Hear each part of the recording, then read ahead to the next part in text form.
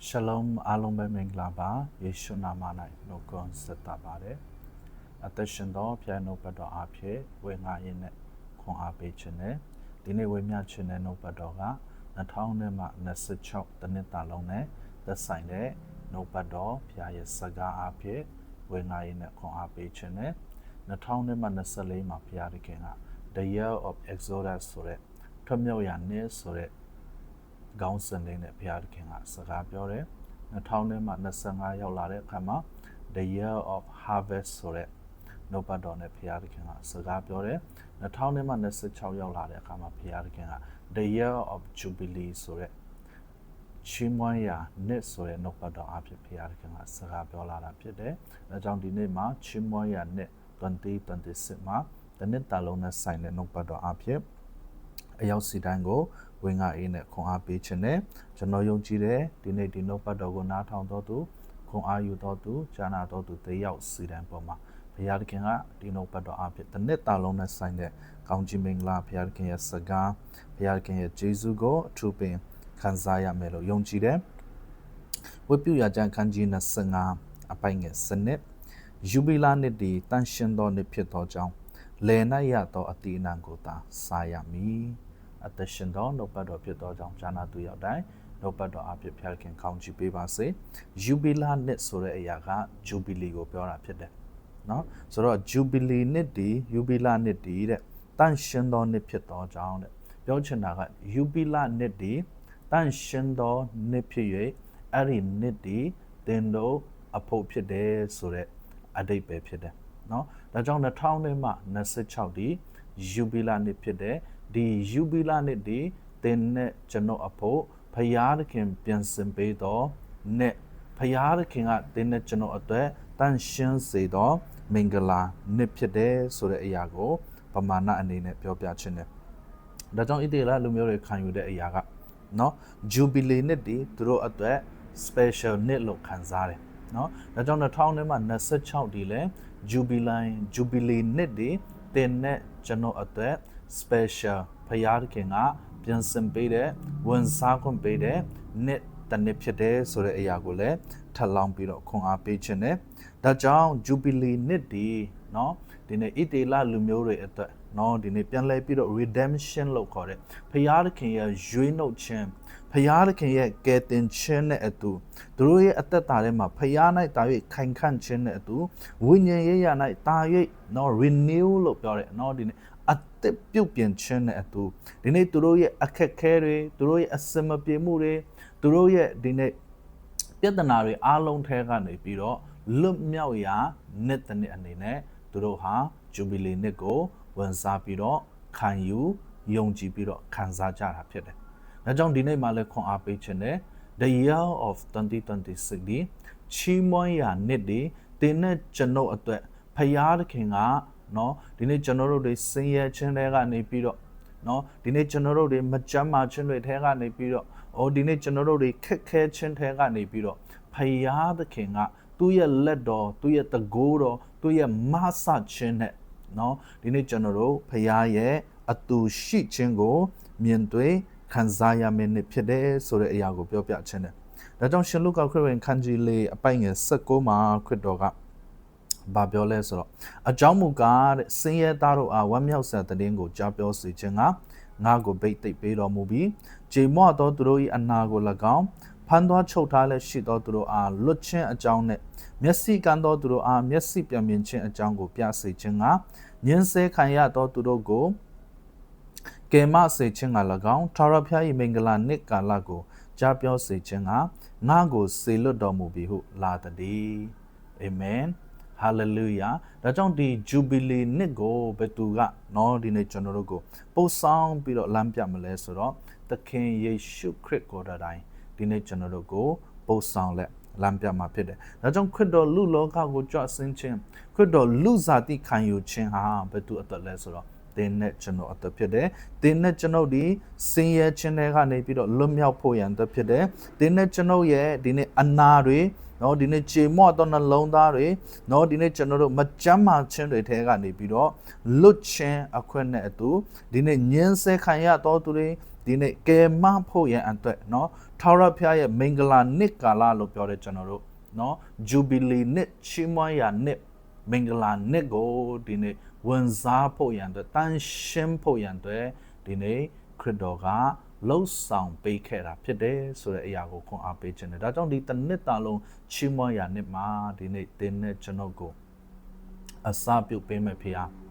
ဒီနေ့နှစ်ဆုံးတိုင်အောင်ပို့ဆောင်ပေးမယ်ဖေဟာကဘယ်သူလဲဆိုယေရှုခရစ်ဖြစ်တယ်အာမင်ဟာလေလုယာဒါကြောင့်ထိုယေရှုခရစ်ကိုယ်တိုင်ဒီနေ့တင်းနဲ့ကျွန်တော်ကိုဒီ2000နဲ့မှ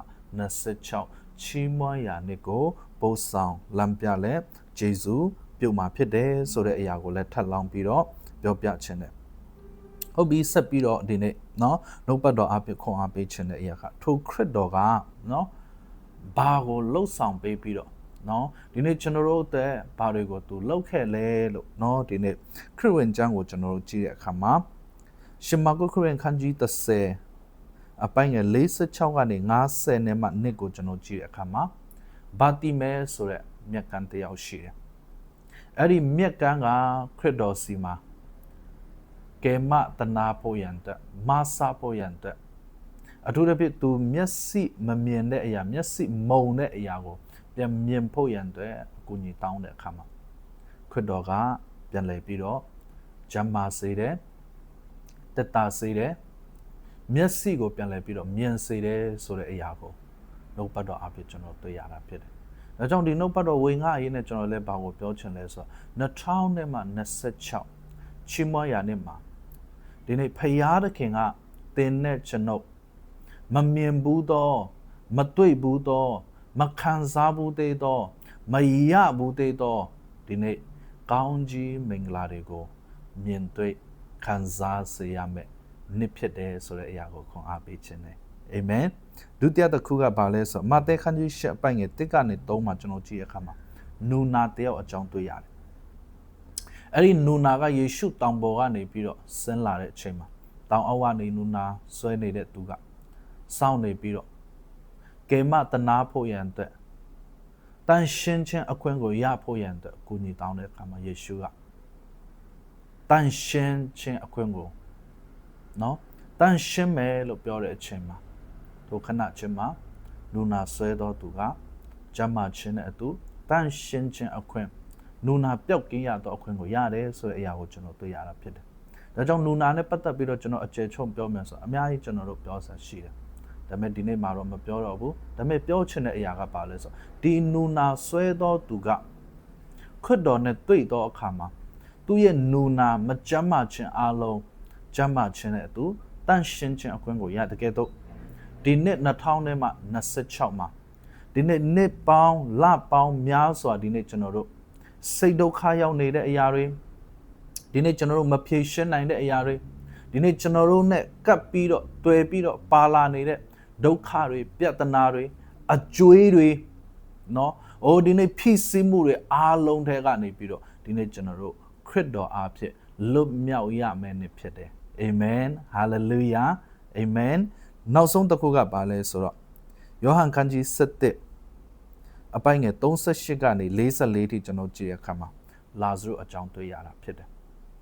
လာဇရုနာလက်ရှိတဲ့အကြောင်းကိုလာဇရုရဲ့ညီအမတွေကယေရှုပြောပြတယ်ဒါပေမဲ့ယေရှုကရောက်မလာဘူးယေရှုရောက်လာတဲ့အချိန်မှာလာဇရုကသေပြီးတော့တကြိုပြီးတော့4ရက်လွန်နေပြီယေရှုရောက်တဲ့အချိန်မှာယေရှုကဒုံးဝမှာပိတ်သောကြောက်တွေကိုဖယ်ခိုင်းတယ်အဲ့ခါမှာသူရဲ့နှမမာရိယယေရှုဘာပြောလဲဆိုတော့လာဇရုသေပြီးတော့4ရက်ရှိပြီကြောက်ကိုဖယ်တယ်ဆိုရင်เนาะဒီနေ့အပုပ်နှံ့မကောင်းသောအနံ့တွေပဲထွက်လာမယ်လို့ယေရှုကိုပြောတယ်အဲ့ဒါနဲ့ယေရှုကကြီးသောအတန်နဲ့လာဇရုထွက်လာခဲ့လို့ပြောတဲ့အခါမှာအံ့ဩစရာကောင်းတယ်လာဇရုဒီတင်းချိုင်းတွင်းကနေပြီးတော့တေလွန်ပြီးတော့4ရက်ရှိပြီဖြစ်တော်များလဲပြန်လဲပြီးတော့အသက်ရှင်ခြင်းနဲ့ဒီနေ့ drone ထဲကနေပြီးတော့ပြင်ပကိုထွက်လာတယ်ဆိုတဲ့အရာကိုကျွန်တော်တွေ့ရတာဖြစ်တယ်။ဒါကြောင့်ချီးမွမ်းရာနှစ်မှာ2000နှစ်မှာ26မှာမိတ်ဆွေတင်းနဲ့ကျွန်တော်ရဲ့အသက်တာထဲမှာကျွန်တော်တို့ဆုံးရှုံးခဲ့တဲ့အရာတွေဒီနေ့ကျွန်တော်တို့သေပြီးမရနိုင်တော့ဘူးမခံစားနိုင်တော့ဘူးမဖြစ်နိုင်တော့ဘူးဆိုတဲ့အရာတွေအားလုံးပြန်လဲပြီးတော့အသ တစ်ပြုတ်ပြင်ခြင်းနဲ့အတူအံ့ဩဖွယ်ဖရာသခင်ရဲ့လက်တော်မြင်တွေ့ခံစားရမယ်ဖြစ်တယ်ဟာလေလုယာယုံကြည်တော်သူတစ်ယောက်တိုင်းပေါ်မှာဖရာသခင်ကောင်းချီးပေးပါစေဒါကြောင့်မာကုခန်းကြီးကိုအပိုက်ငယ်23မှာနော်ဒီနေ့ဒီနှုတ်ပတ်တော်ကိုဖတ်ရင်းနဲ့နှုတ်ပတ်တော်ကိုအဆုံးသတ်ခြင်းနဲ့ခန်းကြီးကိုအပိုက်ငယ်23မှာယေရှုကဘာပြောလဲဆိုတော့ယေရှုကလည်းသင်ဒီယုံကြည်နိုင်တယ်လို့ယုံကြည်တော်သူဖြစ်လင်ခတ်သိမ်းသောအမှုတို့ကိုတတ်နိုင်တယ်ဟုမိန်တော်မူ၏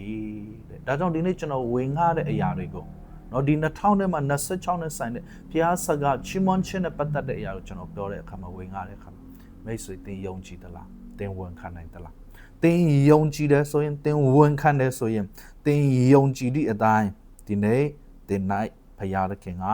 အမှုကိုပြုမှာဖြစ်တယ်ဟာလေလုယာနော်ဒါကြောင့်ဒီ2026ချီးမွမ်းရာနေ့မှာဘုရားသခင်ကနော်မိတ်ဆွေတင်းနဲ့ကျွန်တော်အသက်တာထဲမှာများစွာချီးမွမ်းစရာတွေဘုရားကပြန်ဆင်ပေးမယ်နော်တစ်ဖက်မှာလည်းနားလည်စေခြင်းနဲ့အကောင်းကြီးပဲတော့ကျွန်တော်တို့ကြုံတွေ့ရမှာမဟုတ်ဘူးဒါပေမဲ့စိုးသောအရာကိုပင်လည်းကျွန်တော်ကြုံတွေ့ရတဲ့အခါမှာအဲ့ဒီအရာထဲကနေပြီးတော့ဒီနေ့ကျွန်တော်တို့ချီးမွမ်းတတ်တော်သူဖြစ်ရအောင်ချီးမွမ်းစရာတွေကျွန်တော်ကြုံရတဲ့အခါမှာချီးမွမ်းရင်းနဲ့တာ၍ဘုရားက၌ဒီနေ့ကျွန်တော်အသက်တာတွေတိုးဝင်သွားလာကြရအောင်လို့နှုတ်ပတ်တော်အားဖြင့်ခွန်အားပေးနေဝေမျှခြင်းနဲ့အရောက်စီတိုင်းနှုတ်ပတ်တော်အားဖြင့်ဘုရားကကောင်းချီးပေးပါစေအာမင်